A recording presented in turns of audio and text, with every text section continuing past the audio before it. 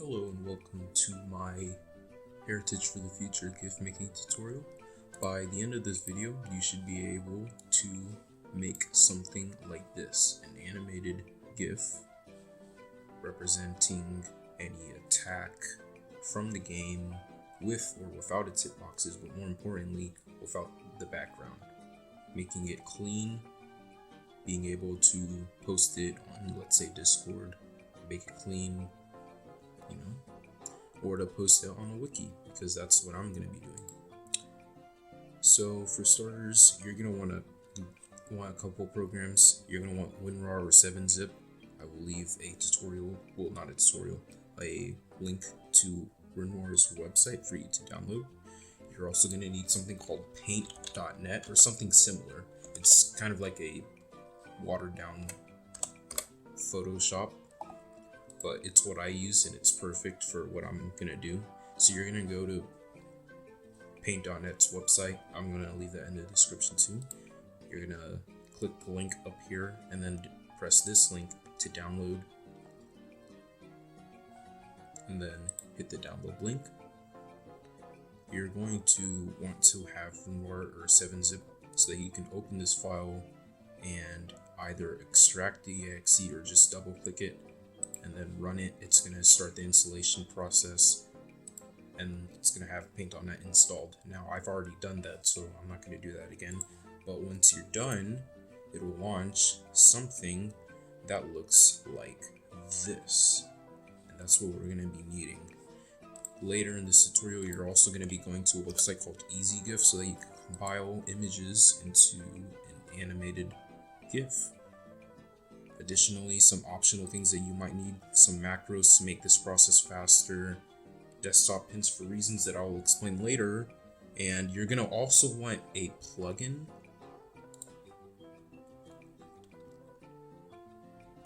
that I will link in the description as well. But essentially what it lets you do is from paint.net, it will take layers and it will save each layer as an image file, and I'll explain why you'll need that later. So for starters, you're also going to need, FB Neo, the emulator, which you can open up either by going to Fightcade and then hitting test game, or just going to the exe file. So we're going to come over here. We're going to test game. You're also going to need the training mode, especially if you want the hitboxes to be part of it, which I will link a tutorial in the description as well. But we're gonna load, it's already loaded, but if you loaded it from the exe file, then you're gonna want to load JoJo's Bizarre Adventure. And because I want the hitboxes, I'm going to open up the training Lua, run that. Basically, this is all part of a project that I'm working on, so I'm gonna do this with Mariah. But essentially, you have the hitboxes showing so that you can capture that. And as you can see, what you would normally see is the HUD looking something like this. However, you don't want this because when you're capturing, this might get in the way. So I'll just go to the HUD and turn that off. And essentially, the way I do this is Control F12 will open up something called Shots Factory. Now what it does is when you click uncheck layer 1 and you hit advanced frame, you get something that looks like this, just a backgroundless little scene or frame of the game. And one thing I have to mention though is, in my experience, you want to do this on stage 3. And the reason why is because not only are the shadows facing upward versus down, or like the light source is down instead of up, that's just a personal preference, but additionally, as you saw in the last stage, you had some things that weren't pink, like just part of the stage, but on this stage, you don't have that, everything is just pink. Additionally, you want to uncheck layer 2 because that's the HUD, and from here, you could do two things. Okay, and that depends on what you want to capture. You can either do capture, and it'll take a picture of everything here except for the hitboxes, because the hitboxes aren't actually part of the game, they're part of the Lua script, so those hitboxes won't appear there. Now once you do take this snapshot, these will appear in the FB Neo folder under emulator, FB Neo, and then screenshots. That one. However, I want the hitboxes, so what I'm actually going to do, and you can do this any way, like for starters, an easy way to do this would just be to, Windows key Shift S and then just copy everything or whatever you want, but I'm not going to do that because when you're dealing with animations, like I don't want the canvas, maybe it doesn't matter, but I want the canvas to be the same.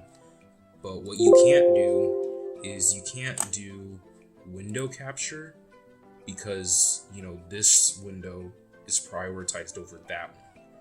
And so what I do to fix this is I have this little thing called desktop pins.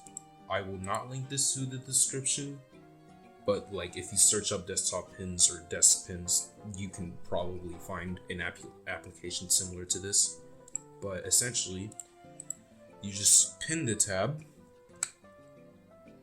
and then do a window capture, which is also Alt print screen.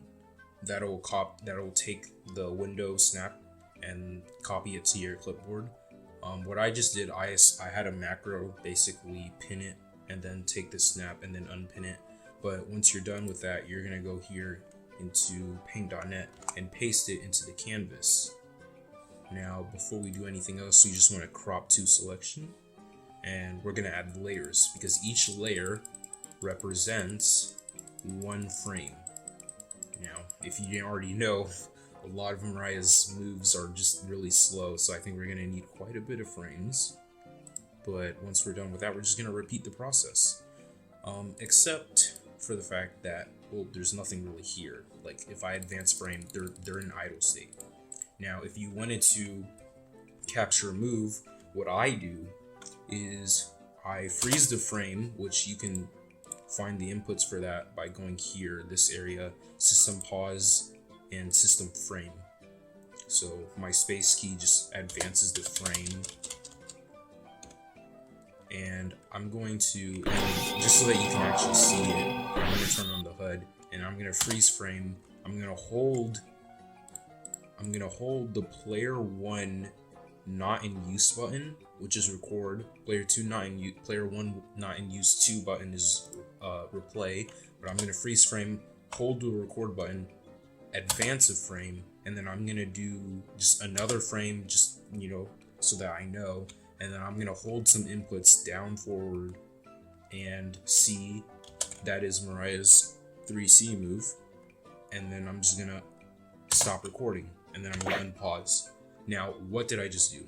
Essentially now, if I freeze frame, hold replay, advance by frame, she's gonna perform the move. Now, why do I need this? Because now what's going to happen, because you can't advance frame, you can't perform any inputs while Shots Factory is open. So in order to bypass this, you just need to have a recorded inputs before you open up Shots Factory, so that when you advance, your character does the move. So I'm going to freeze frame, hit replay, and then quickly open up Shots Factory, turn off the layers that I don't want, advance frame. We already have this frame, so we're just gonna continue to the move, and then I'm gonna use my macro to make this faster. So pin, copy, unpin. We're gonna go on to layer 2. We're gonna paste this. I have a macro for that as well. It also switches to the Shots Factory. Macros are so useful. If you don't know, it's Alt page up that goes to the next layer. And we're going to advance a frame and repeat the process until eventually Mariah goes to her idle state.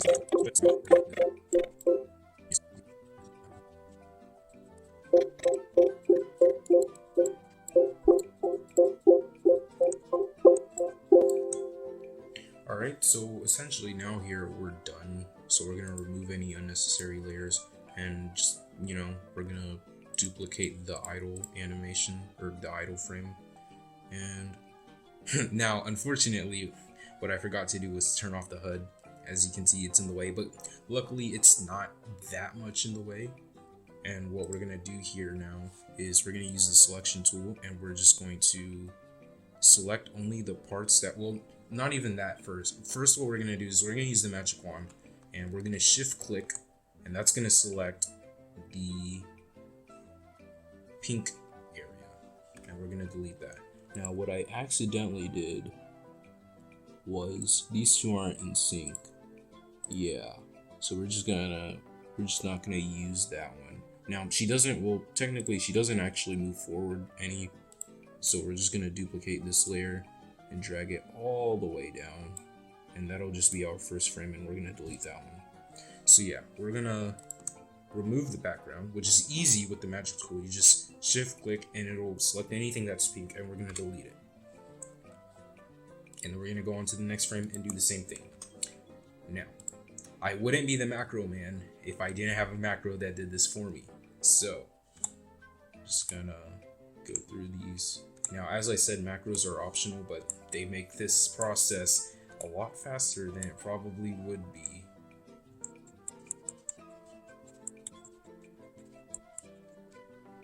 Yeah, see? Now we have this little beautiful thing.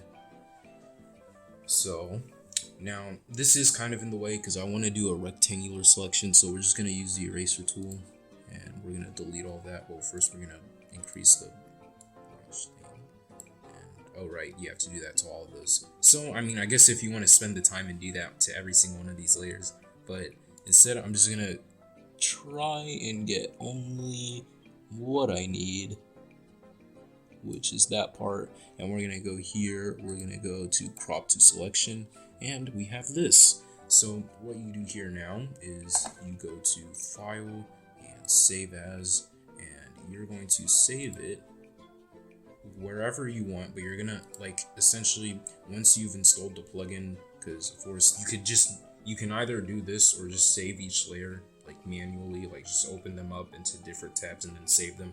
But no, I'm gonna link the plugin, and at the end of the video I'm gonna show you how to install this plugin.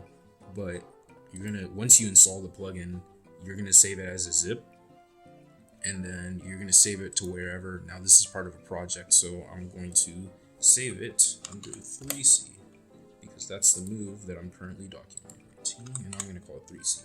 So we're gonna save that now, and then just hit OK. I don't really think any of that matters. But now, once we're done with that, we're going to go to Ezgif. And then we are going to go to GIF Maker. And then we are going to choose funnels.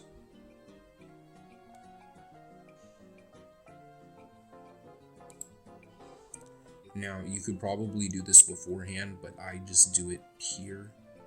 Where is it? But you need to use Winrar or 7-zip or whatever you're using, and you're going to extract. Now, using the plugin, it includes these two little things. The thumbnail is just like all of the frames together on one layer, but you don't need that. You're just going to take all of these, which are the individual frames. You're going to open them, upload, make a GIF, and then you have this mess. So now what I do, hit 2. Some weird thing about this website, don't hit 1 because 1 just makes it really slow, 2 makes it the fastest it can be. Now this is a mistake what I'm doing. I'm just like, I'm not changing any of the effects, and this is what happens. Now, you know, it's kind of funny, but like that's not what I want. I'm going to do don't stack frames, and then I'm going to do that again, and then we have this. So yeah, and then you save it, and then you move it to where you want it to go, and then rename as necessary, 3C. And then boom, you have created your own GIF with a hitbox. Now there are alternative ways. If you don't want it with the hitbox, you can just use the capture method move all of the, because they keep everything in screenshots, so you can't really like separate everything unless you already like put them into a folder. And so yeah, you've created your very own GIF. Now there are alternative methods. If you don't want the hitboxes, you can just, we'll do the same thing but just without the hitboxes. Or you can use the capture method, but they don't like, everything goes into the screenshot, so unless you like organize it beforehand, you're gonna have to like, you know, do all that. Same concept of dragging the files into here. Or you can like, you can use the object viewer, and I'll teach you how to use that because I did not know how to do it for a while too. But essentially you go here, you go to region and 70, 0x70, and reset the game. What Control F2. Now, don't be mistaken. Don't hit Control F2, okay? Do Control Service. It's not Control F2, it's Control Service. And the reason why I say this is because I have these set to the numbers instead of the F keys, just because. And what people mean, sorry, not service, diagnostic. So you don't want to hit F2 if your diagnostic key isn't F2, because I mean it doesn't do anything, but like you're gonna be kicking yourself. So if it's set to F2, you do Control F2, but it's, for me it's 2, so Control, or not Control, sorry, it's A F2. It's A F2, or A diagnostic, and you're gonna go to Object, and then you have this little thing here. Now I don't know how all this is organized. A goes by frame. A is frame forward, B is frame backward, and then C is whatever this is. It's like a color thing. And then stand is flip. Start is, I have no idea. And then yeah, you can go up here and then change the characters, and then you'll have the sprite. The same thing, if you hit layer 1 in advanced frame, you get this. Layer 2, you get this. Now you can't, for some reason, I don't know how, like you'll need to axe around, but I can't. One thing I did though was like, I went to this side and like I kept advancing until I found something that like was either so small or so to the right that it didn't matter, and then you can get just this by itself. But yeah, so yeah, once you're done with that, obviously you want to set it back, because you don't, I don't know, for whatever reason, just set it back and then reset. And yeah, you have successfully made the GIF. Now as for the plugin that you'll need, the way I found it is just by how to save layers as separate files. Paintnet. That's literally how I found it. And then you'll go here to this form. I will most likely put this form in the description as well. It's a very useful form, but you're going to scroll down here. You're going to click on this form, and it's going to have the download.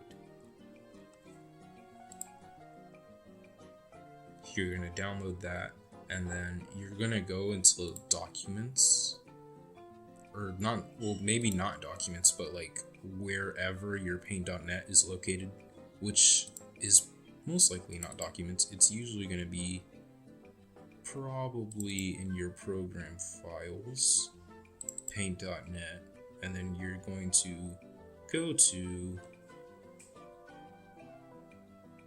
file types, and once you're in file types, you're going to take the contents of this folder using Winrar, and you're just going to copy them, and you're going to drag them into the file types folder, and then restart paint.net, and boom, you've successfully installed the plugin. Now to ensure that it works, obviously just go to file, save as, and then click save as type, and then it'll be zip, compressed archive of layers. But yeah, once you do that, you can just go and see like Discord or whatever, take your GIF, and then just put it there, like boom. Obviously not the one I made, but you get the idea. Thank you to Guidon for helping teach and guide me through this process. It's a nice process to know. I think it's a very fun and educational skill, so you are welcome, and thank you for watching.